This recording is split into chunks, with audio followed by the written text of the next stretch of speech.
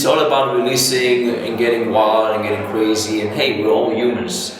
We're in this fucking planet. Everybody's got his own package. Everybody's doing his own shit. He's got his own trouble in life. He's got his own things. But he knows that once a week he can go on to this band that's coming to town and they're gonna kick some ass. And he can get there and he can go wild. Doesn't matter if you're 18 or 80. And this is what it's all about. So overall, all it's all about the energy and the passion. This is what moves. By the way, I forgot what's the original question. If you just can tell me what.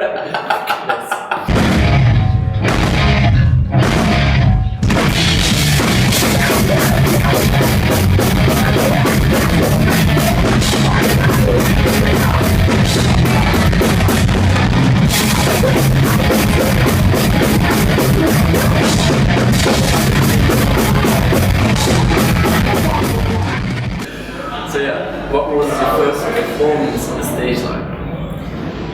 I think it was like 2002. 2002, first professional show. We did some shows before that, but not really professional. Where actually people pay money to see you. Okay. So the first one was approximately 2002. How was it like? It was awesome. In fact, I still remember it. Just like you remember the first time you know what? So your first kiss, or your first pussy, or your first. Sorry for the ladies out there. You remember that shit. So anyway, yeah, it was awesome. I probably sounded like shit. We all probably sounded like shit. It was before Hammercult. Very honest. Come on. I think that even today I'm a bit shitty when it comes to my performance.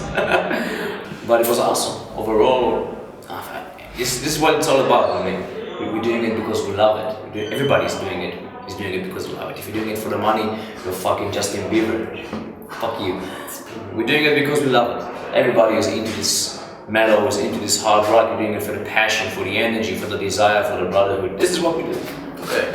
So as time has passed by, what do you think has changed in your creative process as opposed to when you first started? For once, I got uglier. That's for sure. I couldn't agree. So for once, that's definitely there.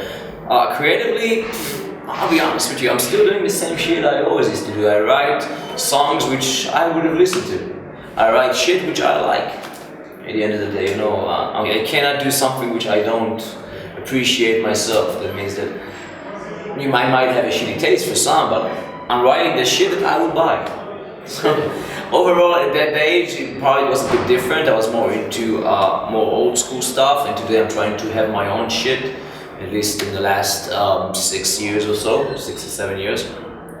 But definitely, you gotta stay true to what you believe, to what you like, and it's all about the original stuff I talked about. You're doing it because this is what you're into. You're doing it because this is what you love. I don't see myself doing some kind of political discussions and political lyrics and having diverse prog rock 18-minute songs. I don't see myself doing it. The day I cannot scream anymore on stage, I should just fade away and classify myself as obsolete. So what do you think are the best topics or shits, like you say, to address in your music? Well, it's like a boxing match, man. It's about the violence. At least for me, I'm going on stage. It's therapy for me. It's the only thing that keeps me from, doing some other shit. But no, seriously aside, it's all about releasing and getting wild and getting crazy. And hey, we're all humans. We're in this fucking planet. Everybody's got his own package. Everybody's doing his own shit. He's got his own trouble in life. He's got his own things. But he knows that once a week he can go on to this band that's coming to town and they're gonna kick some ass. And he can get there and he can go wild. Doesn't matter if you're 18 or 80. And this is what it's all about. So overall, all it's all about the energy and the passion. This is what moves. By the way, I forgot what's the original question. If you just can tell me what. So let's go through the bullshit and ask some real good ass questions. Alright. If you are only allowed to release one album that Yeah. contains only the songs that you already released Yeah. in the past, but Yeah. with a different tone. Which songs would you It choose? would likely be a tribute album to Judas Priest. But we do only Judas Priest covers. It's much better than my shit. That's what I would do. But if I have to pick from my own stuff, you know, you always like your last album because this is always the stuff that you're most proud of, you know. Oh, it's always your youngest child or shit. But overall, I would like to compose some few songs from the first album, second album, third album. Get stuff like Rise of the Hammer, along with what we are, Hammercult and Still Crusher, and all the stuff that actually we do play live, a composition of all of them. And you know, in a way, they all sound like it's the same band, but there is some, I wouldn't call it progression, but there is some movement, there is some differences between each album. Each one tells its own story, so I think I would select the songs that actually tells the same story of all the 3 albums, but in one album, approximately like 10, 12 songs, that actually tells you the story of how we come from a death metal band that plays punk or whatever we used to do, like a very extreme thrash metal band, to something that's still very extreme thrash metal band actually, in a way, but sounds different. Doesn't make fucking sense at all. Your entire interview makes 0 sense, man. The next question makes 100% sense. It's the most important question that can be asked in this. Alright, so I'm gonna focus. focus. And relax. If that works together. Anyways, how did you taste in pizza involved with each album? The fuck, what? How did I taste it at pizza? How did you taste in pizza involved with each album? I didn't understand what the fuck you're saying, man. Don't. What is this? What language are we You know talking? what being asked this question. What the fuck? Again. Did you understand what the fuck he just said? Don't nod yourselves. Other people. I like the same pizza I always do. Extra cheese with mushrooms, fungi. I like that shit. But that's not the question. Fuck you. How did that shit? How is that kosher? I don't know. Next question. Wait, what's the We're next gonna question? edit this shit. The next question is a boring one. It's Yeah. very serious shit. Seriously. V is here. Felix is here. We are already bored, so. Don't worry. What did you learn about yourself Yeah. or others during your time in Hammercult that you have learned otherwise? Ooh, it's a heavy one. You're shitting me. It's a heavy one. Well, I learned about myself that basically, you know, you become a businessman if you want it or not. You know, the moment your band is rolling, and there is a lot of things that happening once you break, I would say, this threshold of a band which is, I would say, happening at least even in the underground. Then you have to become a businessman, either if you want it or not. Now, I've always been doing business. I'm a businessman. That's my profession, my day job, and what I do. I never integrated this to my, I would say, musical career or whatever you want to call it.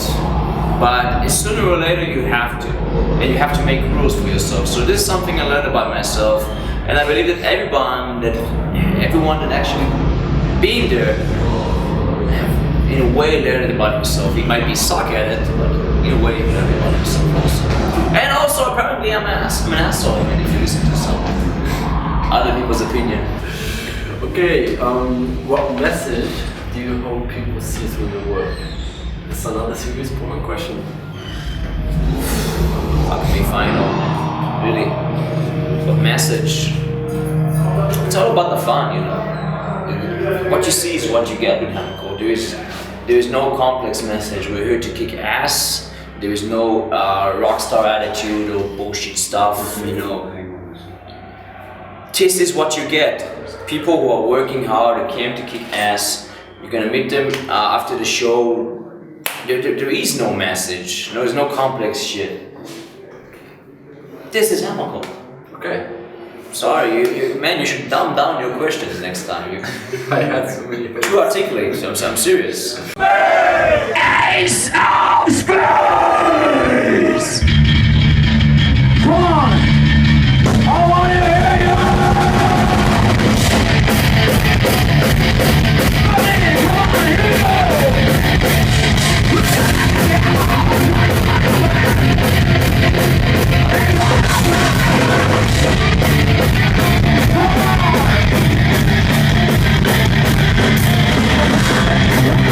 They don't give a what you're doing!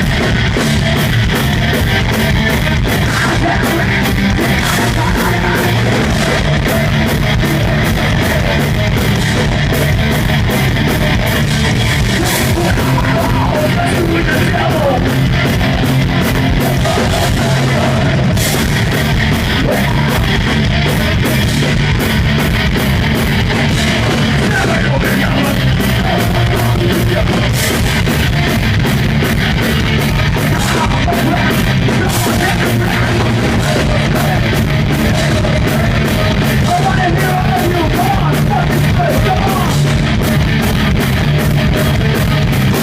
Okay, so let's talk Lemmy. Let's talk Lemmy. You know what that means? Apparently.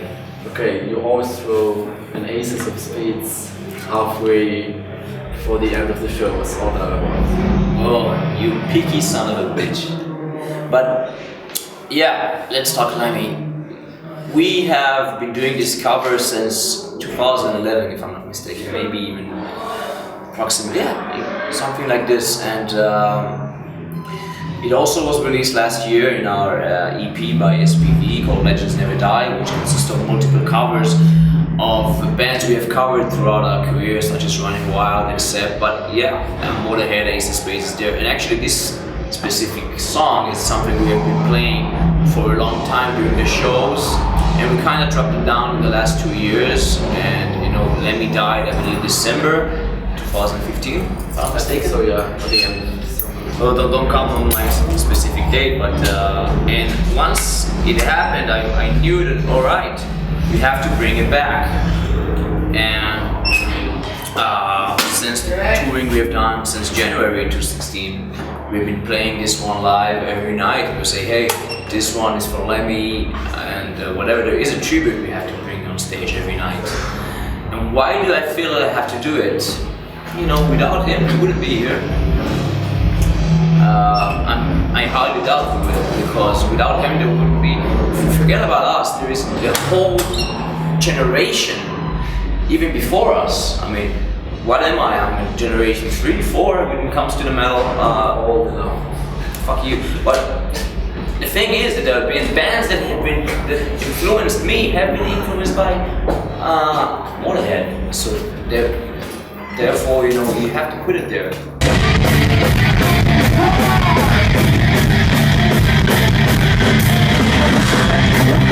They don't give a what you're doing!